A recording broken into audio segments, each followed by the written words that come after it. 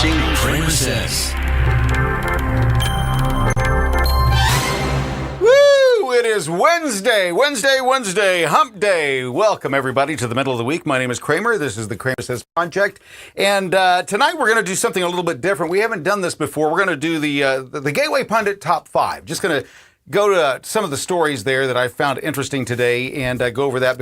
But before we get to that, let's talk about what the CramerSez Project is, what we're doing, and how you can help. For those of you who have already signed up for the emails and so on, they are coming. We have not sent anything out yet. We have been overwhelmed with response, and we're super excited that it's taking this long to actually get through some of these lists and start getting stuff together. We will be sending out here in the next couple of weeks, hopefully before the holidays, but most likely, knowing how schedules are and so on, it will most likely be after the holidays before we can have a huge Zoom meetup. But what we want to do is get the people that are most qualified up front, I guess is the best way to put it, is to get them started so that we can start on this project in the new year. That's the goal. So we're starting a little slow, but once we get going, I hope it picks up like a snowball. With that being said, let's go to story number one. You know, it's funny, I think, that MSNBC, man, they just can't get it straight. MSNBC hires black actors to feature alongside its white anchors in racial justice-themed ad promoting MS Now, their name change. They just rebranded, folks, and they had to do that, by the way, because no one trusts them. And what did they do? They're doing this ad where it features black actors. Now, the reason this is important, and it's not the black actors' fault, it's the woke MSNBC trying to keep that audience because all of their people are white. Yeah, MSNBC, so white. Remember that at the Oscars a few years ago? Well, that's what MSNBC is trying to cover up. They are so white, they don't have hardly any black, people of color, indigenous, diversity. They lack diversity. Let me put it that way. So a slick new civil rights themed video promoting MSNBC's forced name change, MS Now, features paid black actors playing ordinary Americans, intercut with pensive shots of MSNBC's white primetime stars. They didn't put any black stars up there. They don't have any. They scream and yell at you all day long about diversity, diversity, diversity, diversity. And then when you shine the light back at them, they have to go hire diversity. They don't have the diversity that they're screaming and yelling at you about. Folks, it's important to realize the people that are screaming and yelling at you, they're always projecting. They're always telling you. Bullies, that's what they're famous for. They're screaming and yelling at you, telling you, complaining about you, what you're doing when they're doing the exact same thing. The promotional spot, narrated by Rachel Maddow, reading the Constitution, appears to be a ham-handed effort by MSNBC's new parent company, Versant, to cater to MSNBC's large black audience, the largest in cable news. You would think, knowing that they've got the largest black audience, you think that they would cater to them instead of pander to them. There's a big difference. Hey, we want to speak to this audience. We should have somebody who knows how to speak to that audience because they're part of that audience. What do you say we hire somebody who's part of that audience and put them in prime time? What do you say? Now, here's the thing. Do you think that Rachel Maddow is going to give up her prime time gig for diversity? You think she's going to step out of the way? What about Ollie or one of the others? You think they're going to move? Do you think that Stuart Anderson is going to give up his gig? Old Blue Eyes there is going to let somebody with a little darker skin pigmentation come in and take over his shift? Do you think that they're going to start practicing what they preach? The answer, of course, is no. Remember last fall when the Kamala Harris campaign did an ad featuring all men, but all the men in the ad turned out to be actors? This is the exact same thing. It's not real Americans. Now, when I say that, these actors, of course, they're real Americans. But they're acting as real Americans. They're not real Americans in there doing their thing, answering honestly. They're reading a script. Now, I've produced a lot of TV commercials for politicians. Yes, we use scripts. But not for the people that are talking on screen. No, typically, It's their words. We're trying to get what they have to say, not what some marketing guy like myself has to say. If you don't remember that ad, by the way, let's take a look at this video, by the way, and it'll kind of show you what I'm talking about. Here we go. We the people of the United States, in order to form a more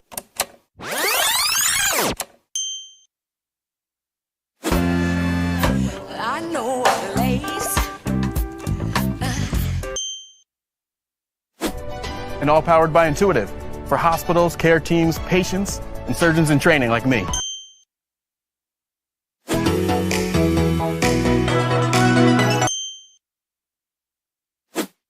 of the United States.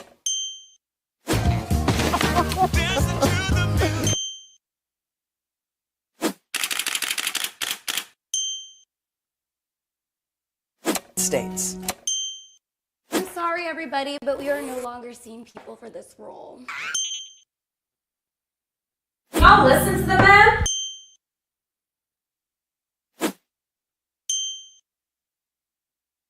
We the free.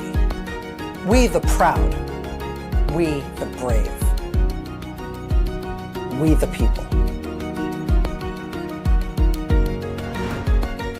Now, they want to brag. They want to brag that they are part of We the People, but they don't have those people on staff. They had to hire those people. Now, is this a big deal? No. First of all, let me make it clear. I have no issue with actors being used in TV ads. I have no issue whatsoever. What I have a problem with is that they're promoting something that isn't real. It doesn't exist. The same thing that Kamala was trying to promote back during the election. It didn't work back then either. I'm a man. I'm a man. I'm a man, man. And I'm man enough. I'm man enough to enjoy a barrel-proof bourbon. Meat. Man enough to cook my steak rare. Man enough to deadlift 500, then braid the out of my daughter's hair. Here we You think I'm go. afraid to rebuild a carburetor? I eat carburetors for breakfast. Yeah, it doesn't look like that. It's not carburetors you eat, son. We can tell that it's something other than carburetors, especially how low that's hanging. This didn't work during the election. MSNBC, turning to MS Now, is trying to do the same thing. Why? Because they don't have anything, folks. They have no programming. They have no ratings. They have nothing to offer. And so all they can do is pander, pander, pander. They've been telling you for the last how many weeks that kids are going to die if the Republicans don't get off their ass and open the government back up. And the moment that the Republicans come together with 8 Democrats that have common sense that will at least, let's get it open. Let's get it open. Then we can start the debate. What did they start screaming? They start screaming, oh, what'd you guys do? You caved. How dare you, you weak Democrats? Suddenly, they weren't worried about a little Johnny starving in the streets, were they? They weren't. Because this is what really is important to them. Listen what this commercial is about. I think it's important. What most people don't realize, they thought this commercial was funny, but it was an absence. I say a lot of times that if you want to find out what's really important, listen for what's not being said. Listen to this. Again, listen to this ad. Afraid of bears? That's what bear hugs are for. I'll tell you Bears. another thing I sure as shit am not afraid of. Women. I'm not afraid of not women. afraid of women. I'm not afraid of women. They want to control their bodies? I say go for Let it. them. They want to use IVF to start a family? I'm not afraid of family. They Sure. want to be childless cat ladies? Have all the cats you want. Woman wants. What wasn't that ad about? That ad wasn't about the most important thing, and the MSN Now, or whatever they're doing now, isn't about the most important things. They're pandering to the things that have lost them everything, and not looking at the things that they should, which is the economy, jobs. What are these vaccines doing? What are the pharmaceutical companies doing? What's big business doing? What's big tech doing? But they can't. They can't do that anymore for one simple reason. They're owned by these industries. They can't. They cannot move on. Moving on to issue number 2 for the evening. You can't make this shit up. Comey's attorneys reportedly provided doctored transcripts in his perjury trial. They produced documents for the court This coming from Paul Sperry. He shared some observations on the documents that Comey provided to the courts in his perjury case. One observation is shocking. As part of its perjury defense, James Comey's legal team, now this is from Paul Sperry on X, James Comey's legal team altered 2 words in a transcript of his 2020 Senate testimony to make it seem as if Senator Ted Cruz asked Comey a key question he didn't actually ask him during the hearing. This is what they do. I keep telling you, this is what they do. They do it so much, they do it so often, and what they do is they've got this, we'll ask for forgiveness. Don't ask for permission, ask for forgiveness. That's the mentality of these people.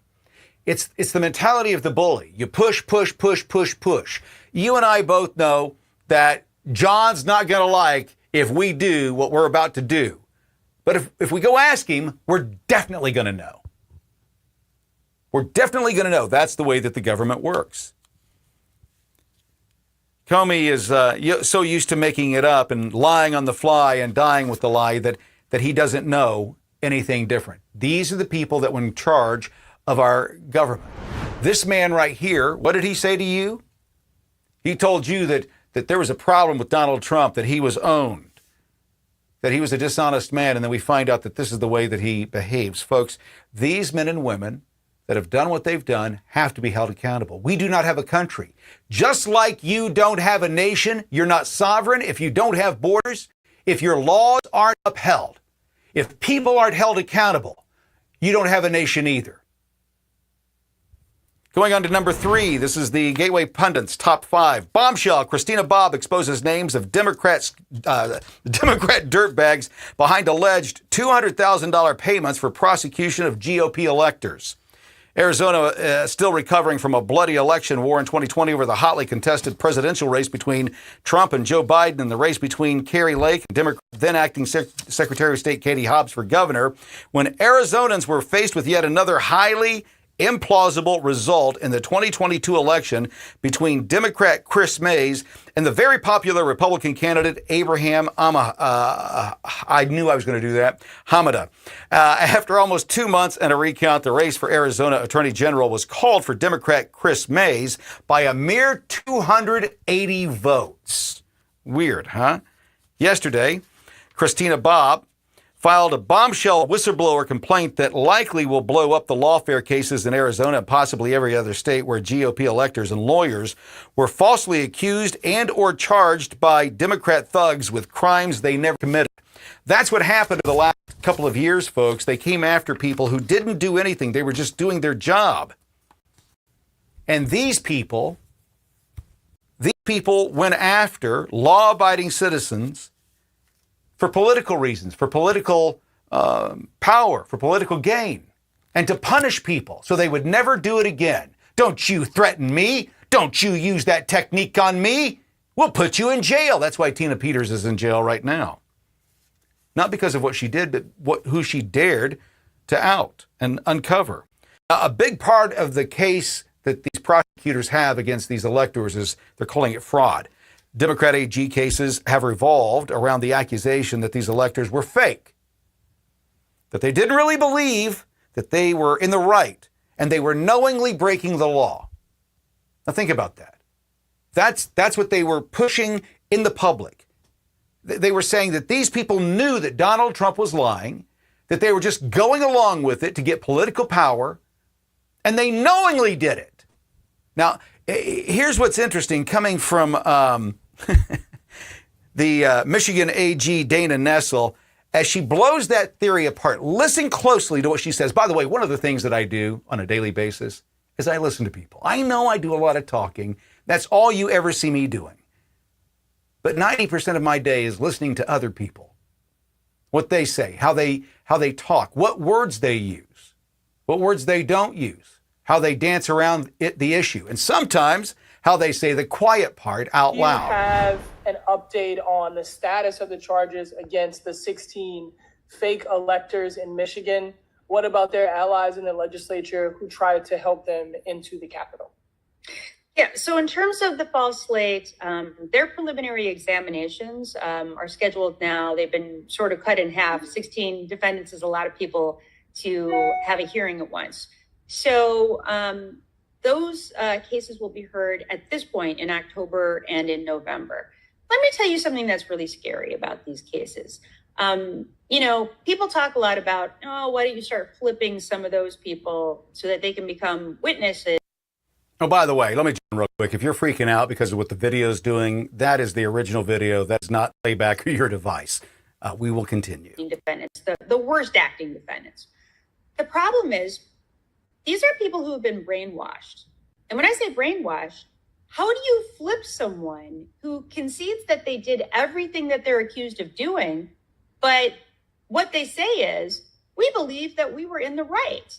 We think that Donald Trump is the real winner of the election. So when we said that we were the duly elected and qualified electors for Donald Trump, who won the presidency in the state of Michigan in 2020, they legit believe that. They genuinely believe it. So how do you, somebody can't even plead guilty if they wanted to, because they can't admit that what they did violated the law because they still think they're right. And they're not the only ones. So those cases are going to proceed forward. Eventually, those cases will be tried in Ingham County, which is very different than Antrim County. Ingham County, where Lansing was located, is a very, very Democratic-leaning county. But I worry that there will be people who just won't care that they clearly violated the law because they believe that the ends justify the means, and that, it's okay to do as long as the end game is getting this autocrat into office, who will surely. So did you hear that? Listen to what she's saying. She's saying that he's going to be the end of democracy. And she was willing to lock up people who believed they were right. They said it was fraud. You see, that's their whole case, that they believed and that they could take over power if they got Trump in, but they knew that he really didn't win.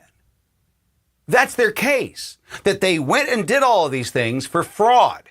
They fully believed that Trump lost, but they were going to do it anyway. That's what the left wants you to believe. That's why they say it's fraud. They say that those people that they're trying to lock up didn't believe what they said they believed. And now she's saying just the opposite. Oh no, they're brainwashed. We can't convince them otherwise.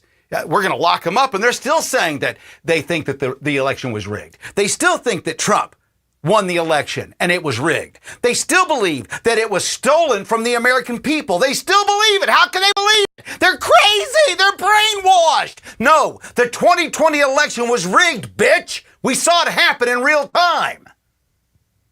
I saw it happen. I saw the 19,000 vote switch. We were watching it. A buddy of mine, Ray Romano, not talking to him right now. He's an idiot. But with that being said, he would back me up. We're watching it. And I go, did you see that? He goes, yeah, 19,000 votes. I'm good with math. When I see the numbers flipping, I'm doing it in my head. And all of a sudden, boom, wait a minute, that ain't right. Trump just lost 20,000 votes. How do you lose 20,000 and Biden gained 20,000? Yeah, we saw what we saw. That's the problem, folks, is that they want you to watch them pee on your leg as they try to convince you that it's raining outside and not say a thing. This is what the Democrats want. Going to story number 4. This is an interesting one. The J6 defendant rejects presidential pardon to expose DOJ corruption and judicial conspiracy against Trump supporters. He says, this is Daniel Michael Morrissey. He says, I do not need clemency. By accepting it, I absolve the sins of the state. Think about that. This young man is saying, no, I'm going to prove that I was innocent the entire time. Daniel Michael Morrissey, a January 6th defendant, Army veteran and MBA holder, has become one of the most defiant figures in the J6 saga, turning down a presidential pardon from President Trump, signing on the document itself, return to sender. Choosing instead to blow the lid off of what he calls a coordinated fraud upon the court involving his former defense attorney, the Department of Justice, DOJ, and even his presiding judge, U.S. District Judge Reggie B. Walton. Morrissey, a patriotic American who found himself ensnared in the Biden DOJ's I cannot read tonight. Relentless witch hunt against Trump supporters alleges that exculpatory evidence proving Capitol Police induced entry into the building was deliberately suppressed, leading to his wrongful conviction and plunging him into homelessness while he fights to care for his elderly mother. Now, he has gone in and they have set up, I believe it's here. Yes. If you're interested, you can give to this young man. There's a Give, Send, Go set up at this address right here. If you want to help him out, that's the way to do it. We are not behind the giving. I'm just telling you that that's where it's at. I'm not behind. I am behind helping out these people. I was at January 6th, and we've got to do something for these young men and women. And it's interesting, folks, that we are in the position that we can do this, and we should. We should help these young men get back on their feet. Their nation came in and robbed years from their lives. So from that standpoint, yes, we should. If you've got it, give it. If you feel it, do it. If you don't, don't. That's the way I feel about it. The biggest story that I've got going on tonight that I think is interesting is one coming out of California. Congressman Eric Swalwell, he seems to want to play loose and free with everything. He's naming his home in D.C. Let's go back to here. He's naming his home in D.C. As the. Is this the right one? That is the right one. They didn't give me the right card. Okay, we don't have this set up right. Well, anyway, we'll play it correct. Eric Swalwell is naming his D.C. home as his principal residence, and he has no California address. Eric, baby, you can't do that, buddy. You got to have a house.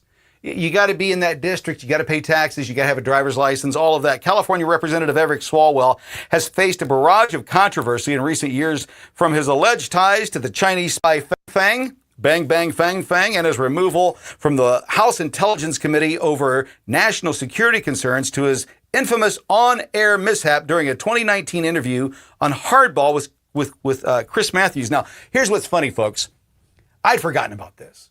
So when this came up, the first thing that I did is I went and Googled that to find out what it was. And I thought that you'd enjoy it as well. Here we go. This is what they're talking about from Chris Matthews from 2019. While the impeachment train rolled on, there's an even bigger scandal rocking D.C. today. And just a warning, if you have small children at home, you should probably bring them over to the TV to watch this. A congressman says he was not responsible for a noise heard during this interview. I've counted at least 5 people testifying this week who were on the phone listening to the president talk about this swap of dirt for U.S. military aid. Chris, so far, the evidence is uncontradicted that the president used taxpayer dollars to ask the Ukrainians to help him cheat an election.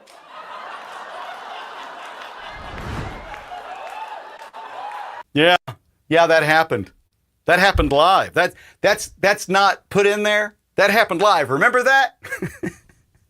As serious as Fartgate was back in 2019, a new revelation about Swalwell raises even more questions about his integrity and, more importantly, his eligibility to serve in Congress. Despite serving as a congressman from California's 15th district and claiming Livermore on his official House profile, Swalwell has declared his Washington, D.C. property as his principal residence.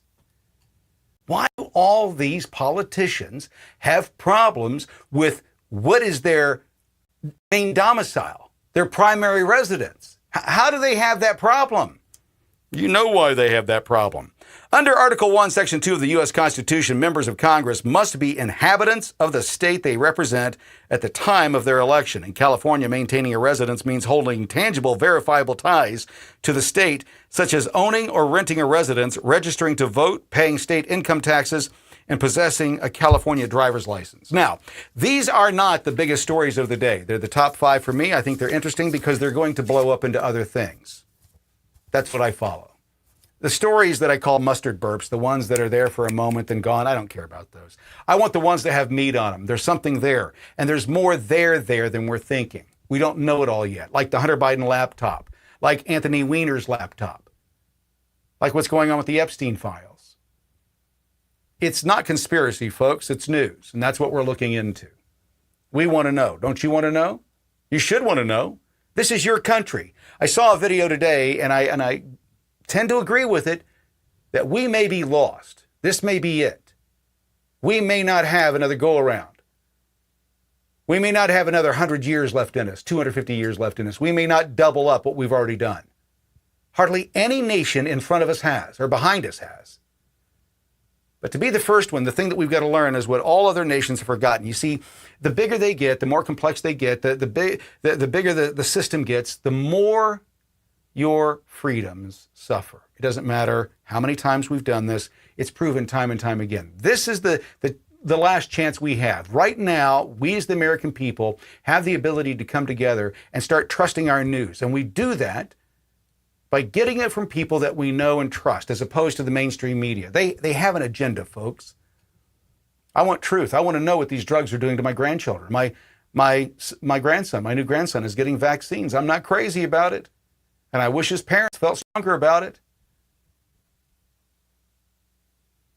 If we were able to actually investigate and trust these investigations, that's what the CramerSez Project is about. We want to start funding investigations to look into the things that are really important to the American people. Dive into the pharmaceuticals, the big business, big tech. What's our government really doing to us? That's what the CramerSez Project is all about. We're going to need your help to do it. If you'd like to help us, you can do so by finding out what we're doing and seeing if you can volunteer initially. We don't have any money. This is a grassroots movement. We'd love to have you on board if you've got the capabilities. You can learn more about what we're doing over at the CramerSezProject.com. Morning, New York City. Remember how I told you a few months ago to stop sending us money? You can start again. Because we have an exciting new program we're starting in partnership with my dear friend, Assemblyman Lyle Culpepper. Yes, we promised you lots of free stuff, but we need money to pay for that free stuff.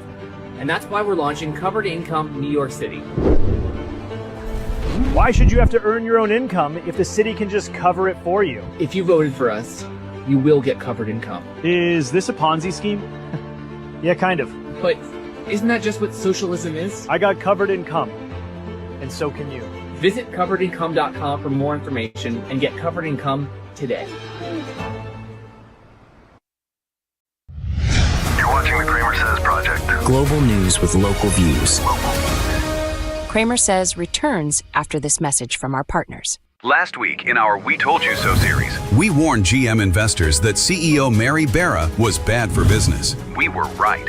Barra's love affair with EVs just cost stockholders $1.6 billion as GM takes a massive loss after Biden subsidies come to an end. Then, Paul Chesser reported Bank of America had no problem banking conservatives. This is an issue that NLPC's been investigating since the story broke. But refused to expose Jeffrey Epstein's financial activities. During the January 6th uprising, Bank of America scrubbed through its data and turned over credit card information without being asked, without being subpoenaed, without having a warrant given to them by federal law enforcement. At the same time, they were doing business with Jeffrey Epstein without question. And then after Epstein died, they suddenly realized, we need to report this activity. And they filed 2 suspicious activity reports, as they should have done when Epstein was still alive and still banking, but they didn't do so. They were basically covering up the business that Epstein was conducting. But wait, there's more. NLPC Chairman Peter Flaherty is calling for the indictment of John Brennan, the ex-CIA director who pushed the Russia collusion hoax, relied on the discredited Steele dossier, and lied to Congress. According to the House Judiciary Committee, John Brennan committed crimes. We believe there's even more to the story, and we're going to stay on top of it. That was last week. What's NLPC working on next? Find out by subscribing to the NLPC on this platform or by visiting us at nlpc.org.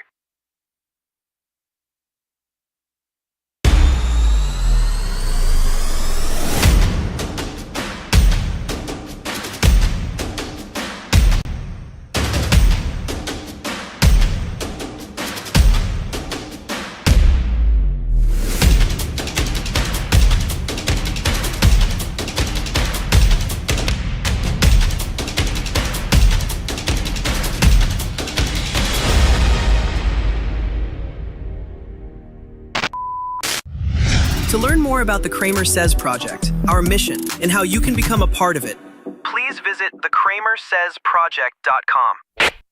You're watching Kramer Says.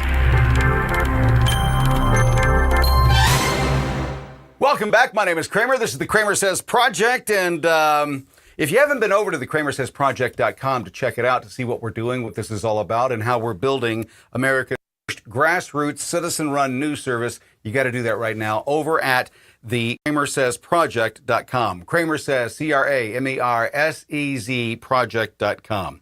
My next guest, this is an interesting one, folks. He got rated back in 2016 by MIT as the 107th most influential voice in the 2016 presidential elections. Now, this is before the elections were over. So that meant that he got a target on his back. They labeled him as a fascist, a Nazi, a white supremacist, a Trump fanboy, and my favorite is troll. That the number one name used about my next guest. What's interesting is that they didn't say they had cooties, so we're good there. You knew him online as Ricky Vaughn on Twitter. His real name is Douglas Mackey. And for those of you who don't know who the hell I'm talking about, here's Tucker Carlson from January of 2021. That date, very important. We'll talk about that here in just a moment. He'll explain exactly who Douglas Mackey is. This is the part of the revolution where they start throwing their political opponents in jail. Wow, that was fast. It was just a week ago they were telling us about unity. Remember that? What we didn't know at the time is they meant that everyone with power should unite against the rest of the country. Unity meant oligarchy. Oh. Doug Mackey learned that the hard way this morning. Mackey is a 31-year-old conservative journalist from Florida. At 7 a.m., FBI agents showed up at Mackey's house. They threw him in handcuffs and they dragged him to a cell. He now faces 10 years in prison. His crime? He made fun of powerful Democrats on social media. As the federal criminal complaint puts it, quote, Mackey made coordinated use of social media to spread disinformation relevant to the impending 2016 presidential election. This disinformation, the Biden administration solemnly explained, quote, often took the form of memes. Yes, memes. Online mockery. Mockery online is now illegal when it's aimed at the wrong people. Doug Mackey hurt their feelings, so they put him in jail. According to Joe Biden's Justice Department, Doug Mackey violated 18 U.S. Code Section 241. He did this by tricking people, like the dastardly trickster that he is, into not voting in the presidential election. What's interesting is that prosecutors showed no evidence whatsoever that Doug Mackey actually tricked anyone into anything, voting or not a single person. But that doesn't matter, shrieks CNN. Doug Mackey is a bad person with bad views. And by the way, we have no idea what Doug Mackey's views are. We don't care. What CNN is telling us is that those views are a crime. He's a criminal. Lock him up. Give him a longer sentence than we give to rapists, which they're trying to do. As of tonight, that is the official position of the Lynch Mob channel. But hold on a minute, as a legal matter. Have you ever read 18 U.S. Code Section 241? Probably not, but you should. Look it up. When you read it, you will learn that Joe Biden's Justice Department is lying in a very obvious way, and that should make you very nervous. It turns out that federal law does not ban memes, or for that matter, misinformation, whatever that is. The law that Biden's prosecutors are citing instead prohibits, quote, conspiring to injure, oppress, threaten, or intimidate anyone from exercising the right to vote. According to the law, that would include kidnapping voters, invading their homes, sexually abusing them. Doug Mackey didn't do any of that, not even close to any of that. Doug Mackey made memes. Therefore, he's a domestic terrorist. Speech is violence, dissent is a felony. So before we get to Doug, I want to set up what's important here for you to understand is that Douglas Mackey was arrested on January 27th, 2021. This is 7 days after the Biden DOJ took over. Biden's just been inaugurated, and one of the first actions they take is against Doug Mackey. Doug, welcome to the show. How does that feel? That morning had to be, well, very exciting. Tell us about it. It was a shock. It was a very exciting morning. So 7 a.m., right around 7 a.m., we got the knock on the door.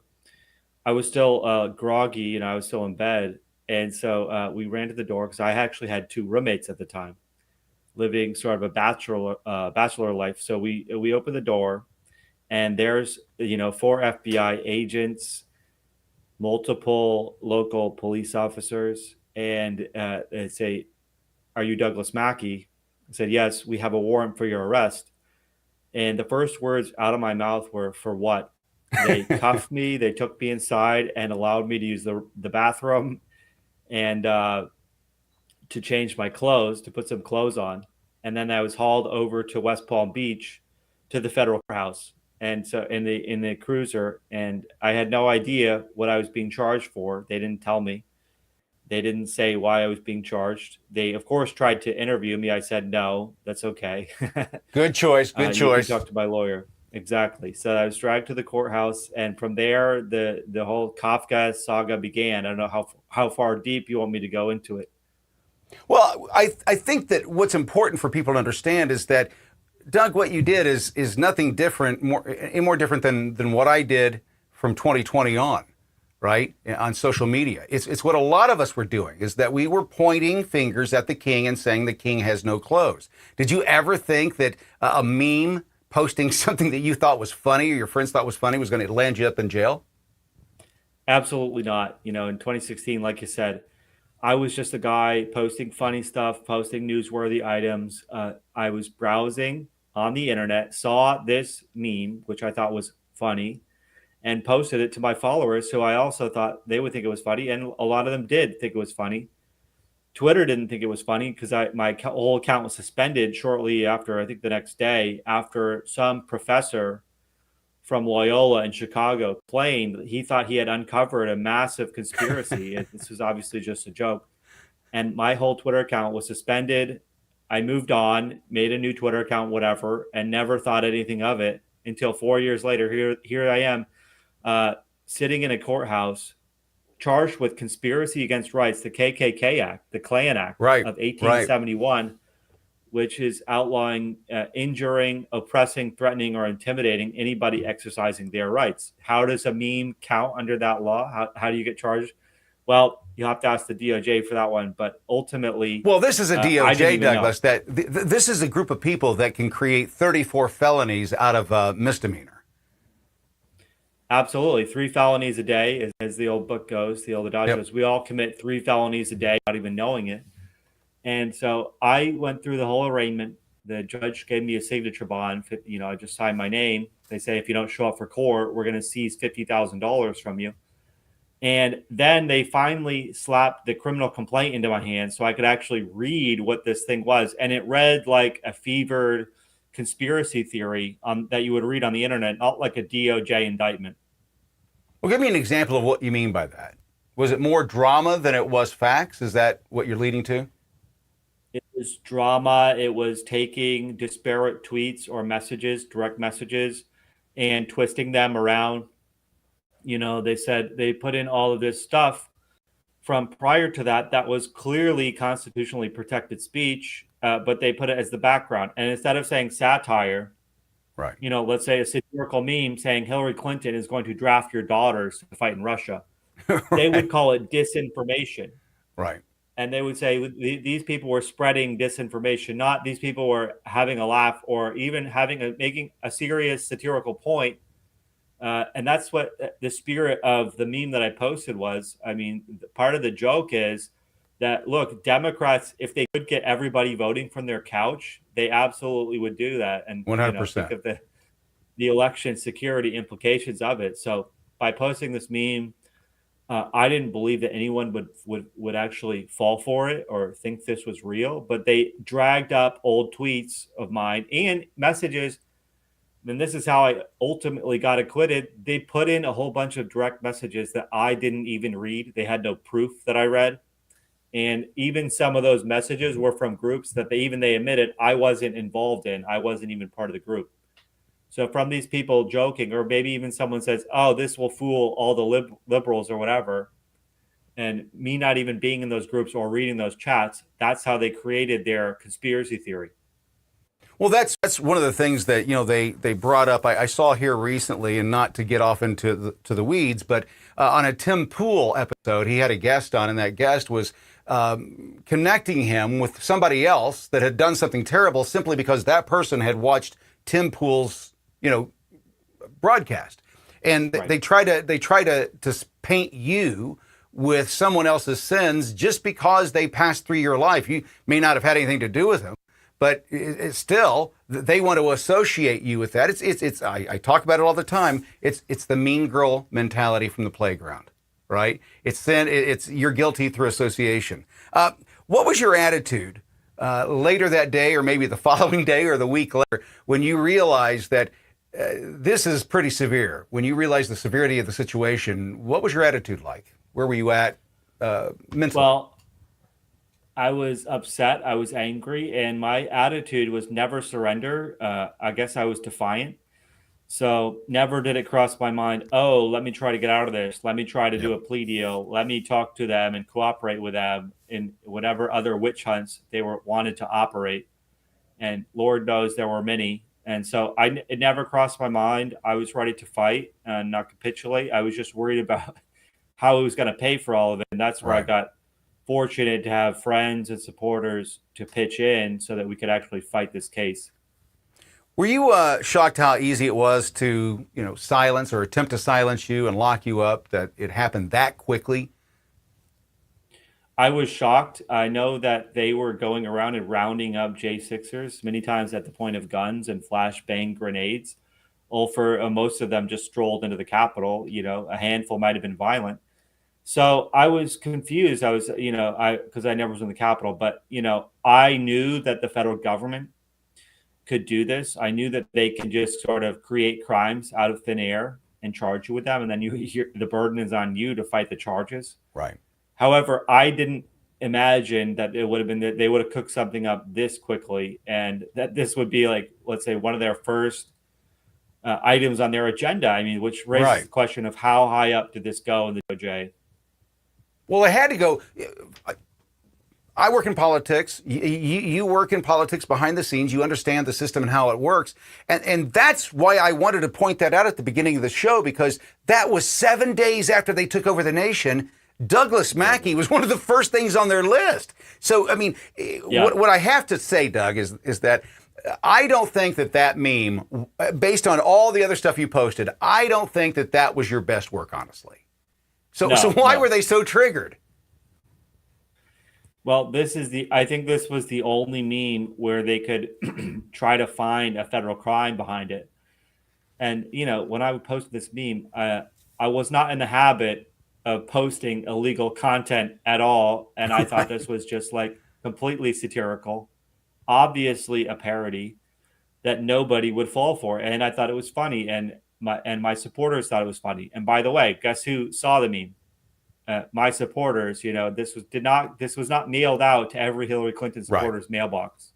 Right. So that's how I felt about it. But I don't know. And this actually implicates the career officials within DOJ, which is probably even worse than if this were from the political appointees. Because as soon as the Trump political appointees left on January 20th, mind you, nobody from none of Biden's appointees had been sworn in yet. So this was something that the career officials were chomping at the bit to do. And it's because they hated Trump so much. They hated his movement so much and his supporters. And the goal was maximum crackdown to try to completely extinguish and exterminate the MAGA movement, the America First movement. And that started with the J6ers, continued with me, and then we saw what they did to President Trump. That's what concerned me when you were arrested. I had been at January 6th. I had stood at the bottom of the stairs screaming and yelling. I didn't enter the building. I didn't do anything illegal. When that stuff started, I left. But what scared me was that I had been there, and we found out later that they were tracking us through our phones on the property. In fact, I was sent, anybody who was on the property that day on the Capitol grounds were sent a map from Facebook showing us our path, exactly where we had been that day. And then, just a few weeks later, your indictment and what happened to you. And all of a sudden I'm telling my wife, well, they're going to come after me as well, because I've got a large presence online. I'm not shutting up. To your point, I'm not going to surrender. They can't tell me what the fuck to do or what the fuck to say. So I'm going to be me first. And I can't kowtow to these bullies. What I think happened is that, and first of all, one of the things that cracks me up is that the left can't stand mockery. They cannot stand ridicule. although they're always calling everybody else names. Let me ask you this, and this is one of the questions I think you kind of answered, but did you create the meme or did you just find it and repost it? Right. I didn't even create the meme. I'm not that talented with Photoshop or anything else. I don't even use Photoshop. So I just found this meme and reposted it. Well, that's what cracked me up. I had been under the illusion that you had actually created this from scratch, and that is again. I'm looking at what the government did and the efforts that they took, the money that they spent to go after you. Right? I mean, it's like going after Banksy. Right? He painted on the side of a building, which I guess, that is, destruction, but they're so valuable that the people cut them out. Do you think that we dodged a bullet with Hillary? I mean, I know we did, but based on what happened, how much of a bullet do you think we dodged with her and then here in 2024 with Kamala? Oh, yeah, we absolutely dodged a bullet. I mean, imagine the witch hunt. I mean, they were operating a witch hunt, even with President Trump in office. For example, my case was opened in 2018. Now, obviously the appointees, the Trump political appointees and the higher ups in the DOJ said, we're not going to charge this guy. This is obviously going to implicate free speech. They also didn't think that they had any proof of intent, which quite frankly, they didn't. But that's not even how I was acquitted. I was acquitted because they didn't even have proof of an agreement between myself and anybody else for this conspiracy. Right. Because we know the conspiracy law is two or more individuals agreeing to do something. Well, so isn't it? The fact is... Well, go ahead. No, the fact is, imagine the witch hunt that Hillary Clinton would have conducted. I mean, because I think she actually believed the Russiagate stuff that she had concocted out of thin air. Yeah. By paying these sort of shady spies in foreign countries. So just imagine the witch hunt. I'm sure I would have been arrested almost immediately. President Trump, everybody's life would have been turned upside down. And to your point, they arrested me, if you believe media reports, because they were leaking to the media. They arrested me because they said, oh, he was an influential guy who had. So this meme could have had a demonstrable impact. Well, that's complete nonsense. Right. There were multiple scores of people that were unindicted co-conspirators. Anybody in any of those groups, they counted as an unindicted co-conspirator. And to the judge's shame, she allowed all of that into evidence. None of those people were arrested except for one, who they twisted his arm into being a cooperator. Because maybe is that microchip? That's microchip. Okay. Tell me about that story. That was interesting to me. It seems like when they were losing the case or getting to the point where they were losing the case because there was no conspiracy, they introduced this character to say, well, we do have a conspiracy. Tell me about that.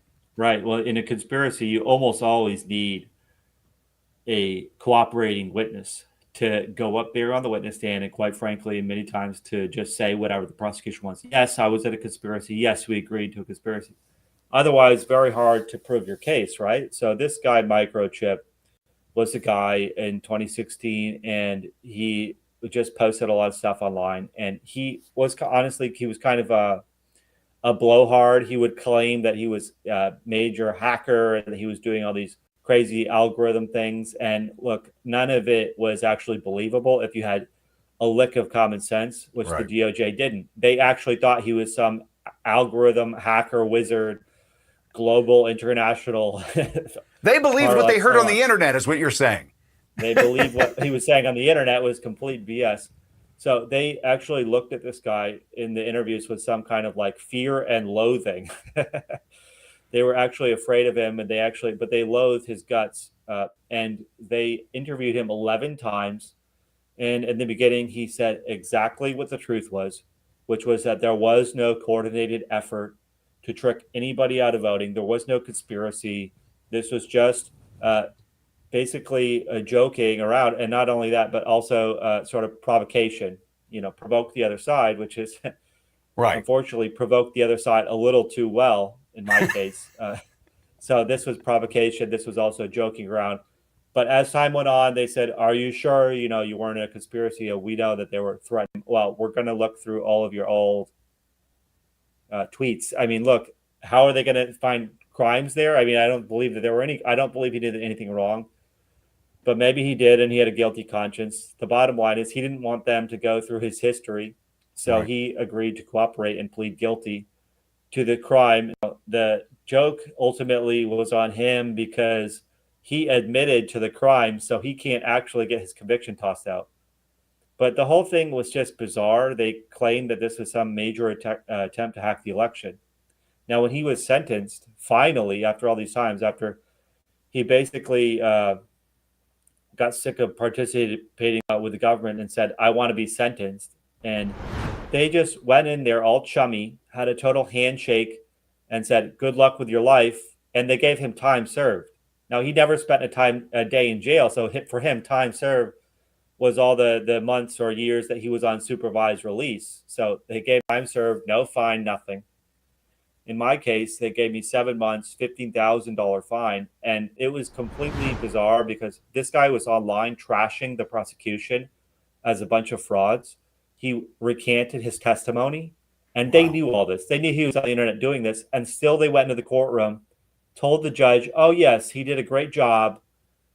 He was a good boy, shook his hand, told him good luck with your life, and then he got a tiny slap on the wrist. So it's a complete farce and a sham. Well, it just shows that it's a banana republic at that point, that our judicial system is not set up for justice. It's set up for retribution. I want to listen to this. Hillary Clinton had this to say after your conviction. You know, democracy requires at least a minimal level of trust. Mm-hmm. And how do you compromise with somebody unless you have some way to trust what they're saying and what they will do, for example? Mm-hmm.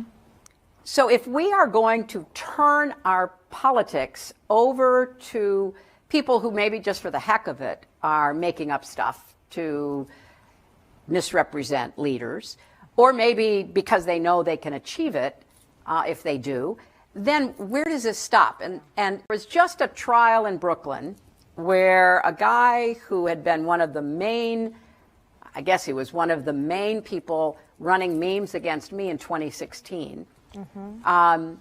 He went from what you could consider free speech. I mean, both Nancy and I have pretty thick skins. People say all kinds of things about us. But he went from that to running a very deliberate effort to mislead people about where and how to vote. Yeah. So it went from speech to action meant to subvert the election because thousands of people who they targeted through their algorithms. Oh, I can text my vote for Hillary Clinton. Yeah. Thousands texted their vote. So we already know this has real world consequences, but we're just at the tip of what can happen to us because we are either incapable, unwilling, or just confused about what to do to try to rein all of this in. That's what Hillary had to say about you and your actions, your deliberate actions. I want to ask you, we can see in hindsight now what they were doing and how it was done. But this is the machine that gets put in place when they've got somebody in their sights that they're going to attack. And the hyperbole that she used there. Talk about that and how that makes you feel in hindsight. Well, it's amazing. This has infected our brain like a brain worm, I think. The algorithms, she actually I think she believes it. I think she believes that what Microchip was saying and what the government was so afraid of, that Microchip was hacking into the algorithms to post memes and stuff. Well, it's completely ridiculous, completely absurd. And I would, mind you, she was talking to Nancy Pelosi. These are some of the highest, the most powerful women in the Democratic Party. Yep. And it's just crazy that she could actually think. I mean, this goes to the extent that she actually probably believes that Russia hacked the election. She has to, right? To sell it like she sells it, she has to believe that it's true, even though she knows it's a lie. She has to believe it's true. I think for her own ego preservation, she doesn't want to believe that Donald Trump could beat her in the election. She has to believe that shady hackers fiddled with the algorithms and that Russia was involved. She has to believe it, but she's completely out of touch. I mean, It's completely ridiculous. I guess she's showing her age. She's a little bit out of touch. 100%. You went through a hell of a lot. Luckily, you had a fan base that came in to support you and help you get through that. We're on the other side of it now. But I don't think that we're out of the woods. I believe that if Democrats were to take control tomorrow, that we'd be right back in the same boat, don't you? Absolutely. Absolutely. They're going to take the DOJ and do what they do best, which is weaponize it. And what they do is they take whatever behavior you did, they don't like you, or they investigate you, and then they try to fit that into a crime. Yep. A novel. They use novel interpretations of statutes, like they did in my case, that have never been done before. They did that to Trump. They did that to the J6ers, and that was tossed out of court. They don't care. They think. Well, that Lennon the said, Supreme Court, I think it was Lennon said, Doug, that you give me the man, I'll find the crime. right. Well, now it's show me the meme, and I'll show you the crime. Exactly. So absolutely, and they're going to do that all over again. They think that the Supreme Court is just a bunch of conservative fascists, so they don't care if they get overturned. They want to pack the Supreme Court anyway, so that they can get all these novel interpretations of statutes affirmed by the Supreme Court. So we'll be in the same exact boat. I mean, you can't even imagine how bad it's going to be if these people get back into power. What do you think the best way to combat this is? What can everyday Americans do? So it's a great question. I mean, we have to be, I guess it's cliche, we have to be politically involved. There are a number of weaponized cases from the Biden administration, the Biden regime, that are still actually working their way through the court system. So my small effort that I'm going to take is working with a group that we're spinning up called the Weaponization Watch. We are going to actually be looking at these cases, bringing them to the administration's attention and saying, look, these cases deserve to either be terminated or some kind of clemency, pardon, commutation. We know they did this with crypto. They did the same exact thing with crypto. They looked at crypto and tried to see how they could criminalize it in any way possible, rather than just say regulating it or passing laws saying you can't do this, you can't do that. They said, we're going to regulate not by civil prosecution, which is what the DOJ does a lot of times, but by criminally prosecuting these crypto people. And they did this to pro-lifers. They did, the list goes on and on and on of the people who they targeted, twisted the law, and then just get the judges to affirm everything they do because it's one, sort of party system. Doug, I appreciate you joining us this morning, and I'm sorry that you had to go through what you went through.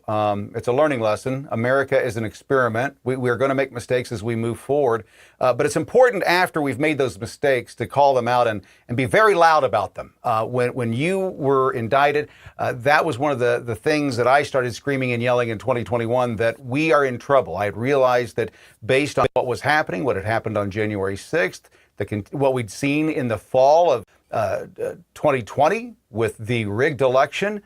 These are not hyperbolic, claims that we're making. We have proof and evidence of what we saw and what we witnessed. And as Americans, we have, one, the right to say it, and number two, the right to make fun of it. In that clip, Hillary Clinton goes on and says that we don't have the same right to lie and spread misinformation as our politicians do. That somehow they've got to regulate when we do it. Let me ask you this: where can people find you? And let's hear your parting thoughts on where we are as a nation. Yeah, it's unbelievable. We are fighting back. I'm pleased to have retained James Burnham. We filed a tort claim with the DOJ to try to recover damages from everything that this prosecution did to me financially and otherwise. We also retained Milbank. Milbank, I'm very fortunate to have retained Milbank, a large law firm. We've got some partners there who are agreeing to work pro bono to try to make sure this never happens again. We're going to be looking at the DOJ and seeing who the bad actors were and seeing, let me give you an example. I've heard from multiple sources that as soon as I was convicted, the DOJ already was using my case as the textbook case, in the handbook. The DOJ, the FBI, electric crimes case. That's completely absurd. We're going to be trying to rectify that. We're going to be trying to get the DOJ to rewrite their manual so that they can't go after people just for speech and call it election crimes. So this is what we're going to do. You can find me at Doug Mackey Case. I'll be giving you updates on my legal efforts as well as the Weaponization Watch. And if, for now, we still have some legal debts. If you want to chip in, memedefensefund.com, MEME, defensefund.com. Well, Doug, I appreciate you coming on this morning. Thank you so much. Thank you. You're watching the CramerSez Project. Global news with local views. From the halls of Congress Across the nation. and around the globe. You're getting the latest news and conservative views. You're watching the CramerSez Project. Global news with local views. CramerSez returns after this message from our partners. Call it the wedding of the woke. Billionaire heir Alex Soros just tied the knot with Hillary Clinton's longtime enforcer, Huma Abedin, in an ultra-exclusive ceremony that was about as subtle as a BLM riot with bottle service. It was quite an event. It took place on Shelter Island, which is off Long Island. You can't get there unless you're very rich.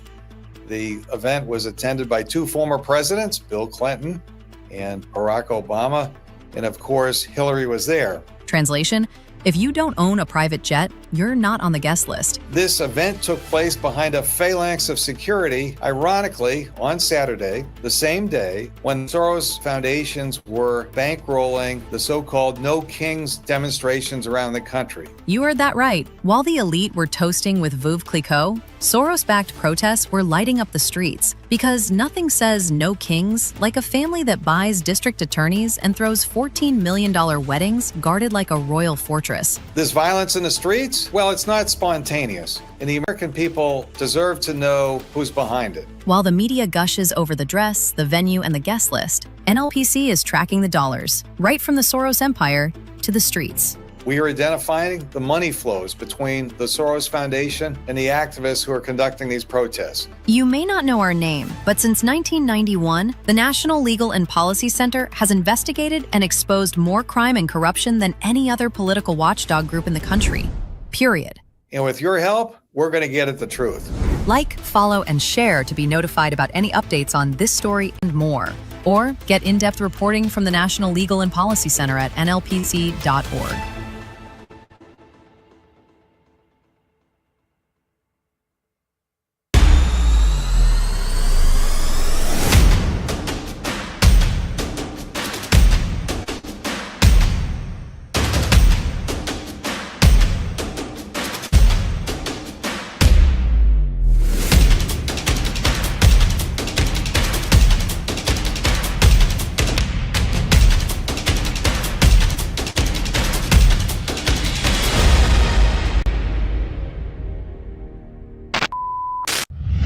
To learn more about the CramerSez Project, our mission, and how you can become a part of it, Please visit thecramersezproject.com. You're watching CramerSez. Welcome. We are back, and folks, it's Wednesday, which is Hump Day, which is always my favorite day of the week. I've always loved Wednesdays. Wednesdays, you're going to slide into the weekend. Now, I'm retired for the most part. I mean, from what I used to work, the hours I used to work, trust me, I am retired. But what I want to talk about is not my casual life and what I do on the side and how I spend my time in my retirement. But what I want to talk about is the last 5 years. We talked to Douglas Mackey tonight, and Douglas, he shows us what's possible when our government gets out of control. That's what happened, folks. In the last 4 years, well, actually in the last 12 years, our government has continued to take more and more control out of our lives while calling us the problem, telling us that we're not paying our fair share. Let me step back. I want to be real clear when I say this. I have been blessed in my life. I have been given just about everything that I ever wanted. Now, there's a price that comes along with that. Nobody ever talks about that. Let me explain to you, folks. For those of you who have followed my content over the last 5 years, you know my story. For those who don't, I'm going to be a real short version of it. I was born poor. I'm rich now. This is America. That's possible. No, I don't have a college education. I got some college. But it was smart. It's American know-how. That's what got me where I got. The people who say, well, listen to him the way he talks. I talk the way I want to talk. I own an Oxford dictionary. Yeah, I know how to speak. I know grammar. I speak the way that I speak because that's how Americans speak. We don't talk like you guys talk. We're not trying to be all highbrow. We're communicating ideas, and the best way to do that sometimes is in the most relaxed manner possible. Now, over the last 5 years, the number one thing that I've heard over and over and over again is no one is going to do anything. Have you heard that? Have you said that? Have you expected that? I'm not going to vote. It doesn't count. You're a fool.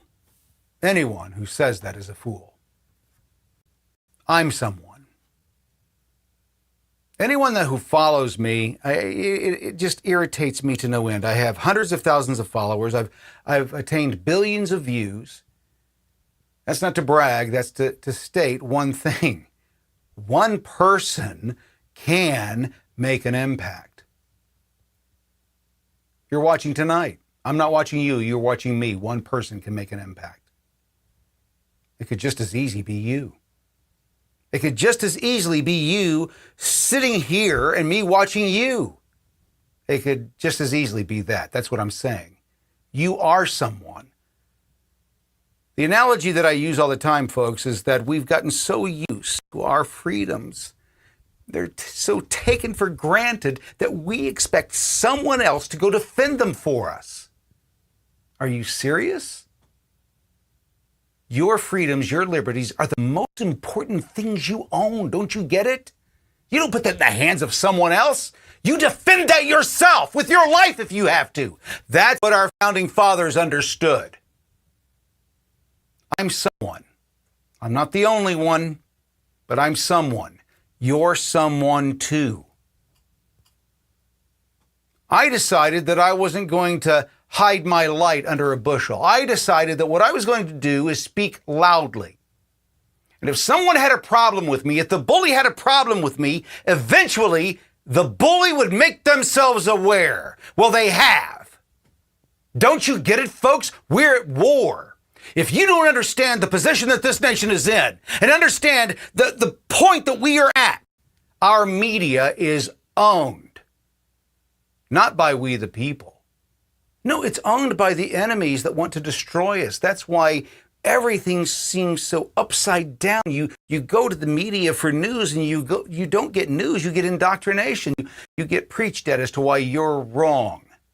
Folks, the news isn't about you. It should never be about you. It should never focus on the American people.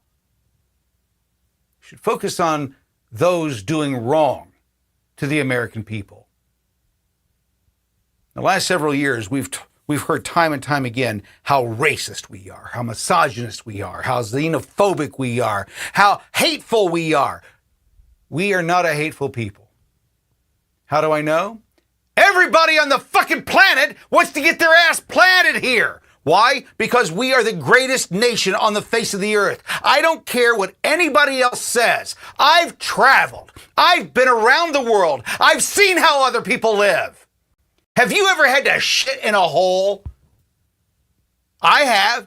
I've gone to nations where that's just what they do. Toilet paper. Do you have any? Did you bring some with you? Oh, no. We don't have any. Yeah, that'd be nice. I've been to those places. You been to those places? You see, my insights on the subject matter that I speak about is based on what I've seen in my life, knowing how people struggle and how lucky we are as the American people. Our poorest people are fat. Let that sink in. America's poorest people are fat. Got to wrap your head around that one, folks. I've seen the starving, right? We've heard about these EBT cards running out and these people going to starve the streets. I've seen starving people. I've been to those locations. I've walked down the streets where the flies are laying on the kids' eyes. And why are they doing that? Because the kid is too fucking weak for malnutrition to fan them away. Ever seen that in person? I have. My views are based on these personal insights on what's possible.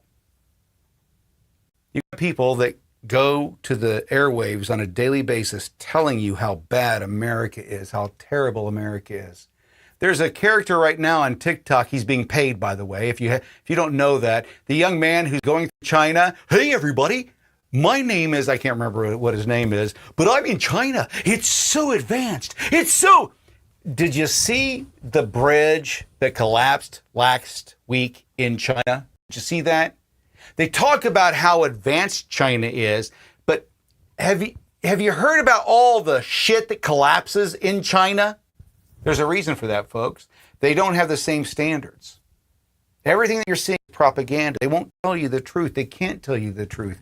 Why? Because you're a slave.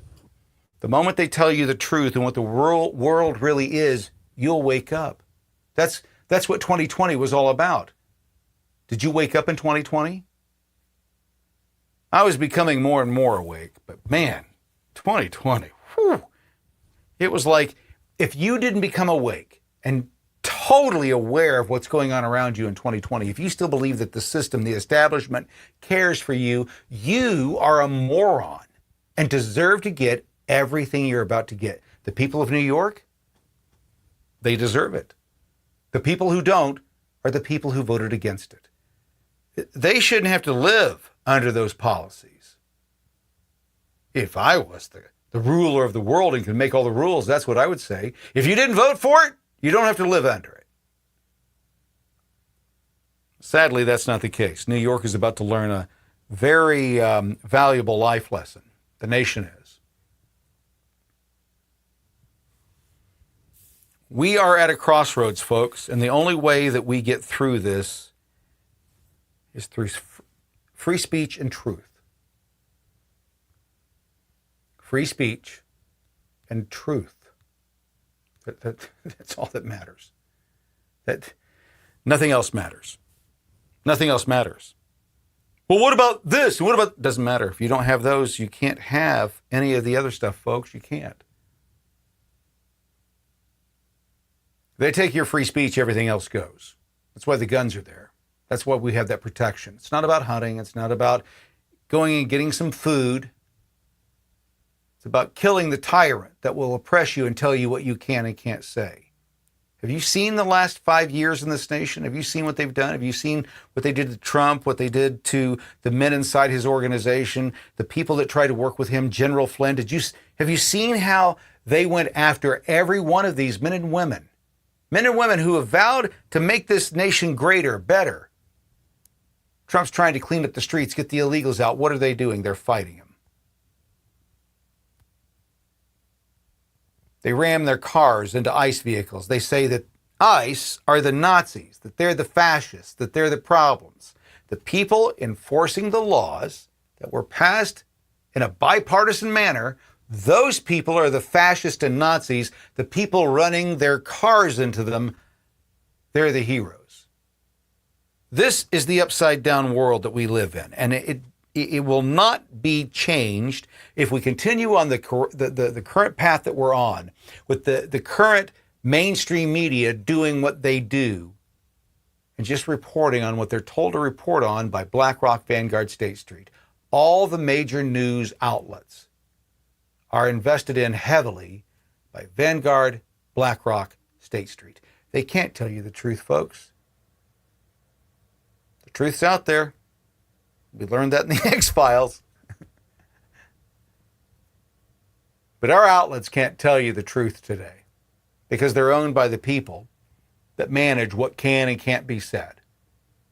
CramerSez Project isn't. We need your help. You want to help? Stop fucking complaining, stop moaning and groaning, and become part of the solution. Now, let me be real clear here. I want to be real clear. As I said earlier, I started out poor as fuck. We called that PAF where I came from. You PAF? I'm PAF. Right? It didn't bother us. It was just where we were. It was a position in time. But it's not permanent. I can change that. Everybody talks about money. Everybody talks about money. I made a lot of money. I did a lot of great things. Folks, wife and I gotta say this. I gotta bring this up because it's funnier than shit. Over the last few weeks, for many of you who know, my wife is not in the best of health, and so we've been doing the process of downsizing and going through the memories of a lifetime, deciding what we're going to keep and what we're going to throw away. And what's been interesting is I'm not going to talk about my wife here. I'll just talk about me. The life we've lived, what we've been blessed to do. I lived in my car at one point. You know, that part of my upbringing and learning when I was on my own at 16, living in my car, going to college, trying to make it all work. That's what made me who I am now. The things that I had to do to survive at that point that I don't celebrate, folks. I was not a nice person. But those things that I did back then let me know right now what I'm capable of doing today. What my limits are. And they are limited. There's a lot of men like me who have bettered their lives, have silenced the anger that they had as a youth. We don't want that coming back. I get very emotional when I talk about this. We don't want that shit coming back. But if you bring it back, you better be aware that we can't turn it off. Only the loved ones in our lives can turn it off for us. Only they can bring us back. That's what you better realize. Us men who have silenced the anger, who control it on a daily basis, who don't unleash it like we used to in our youth. Can you imagine me at 22 years old pissed off at you? I was built like a brick shit house at that time. I'm an old man now, but the anger is still there. Don't force us to unleash it. We don't want that. What we want is we want the truth, and we want to live in peace. And to do that, the first way we start is by telling the truth. We need your help. That's what the CramerSez Project is all about. If you're a journalist and you want to help, we need your help. If you've got a story to tell, we've got a way of getting it out there. We're working on getting these messages out. We want to build a complete network. Oh, Kramer, you're crazy. When I started my first company, and I'm going to wrap it up with this, when I started my first company, and I wanted to make sure that I didn't have any path back, we had formed the company out of my house. All the cabling, all the wiring that we'd done over the years, we were moving out of that, and we were going to a new place. And when I moved out of the old place, I cut all the cables at the wall. What I mean by that is all the wires that were in the walls were cut. We couldn't do it again. It was done. I had no chance of going back. I couldn't return back. I didn't have a nest to return to. I didn't play it safe. I had to succeed. I had to get to the other side of the shore, otherwise I was going to drown. Folks, we've done this.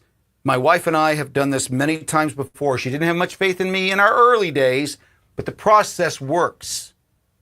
You move forward and you build it first. The money, it'll come. It always does.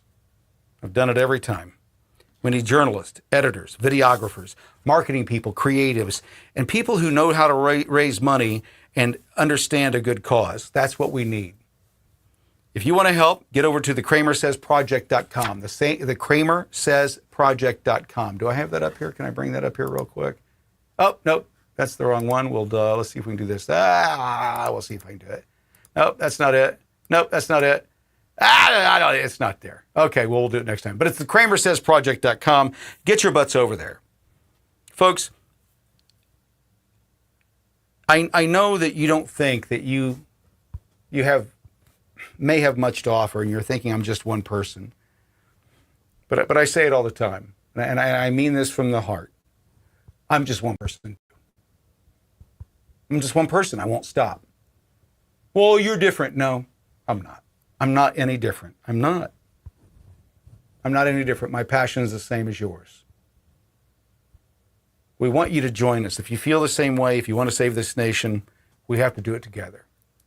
With that being said, I appreciate it. Have a great evening. We will be back tomorrow night. Hopefully, I think I've got another report tomorrow. I think we got an interview tomorrow.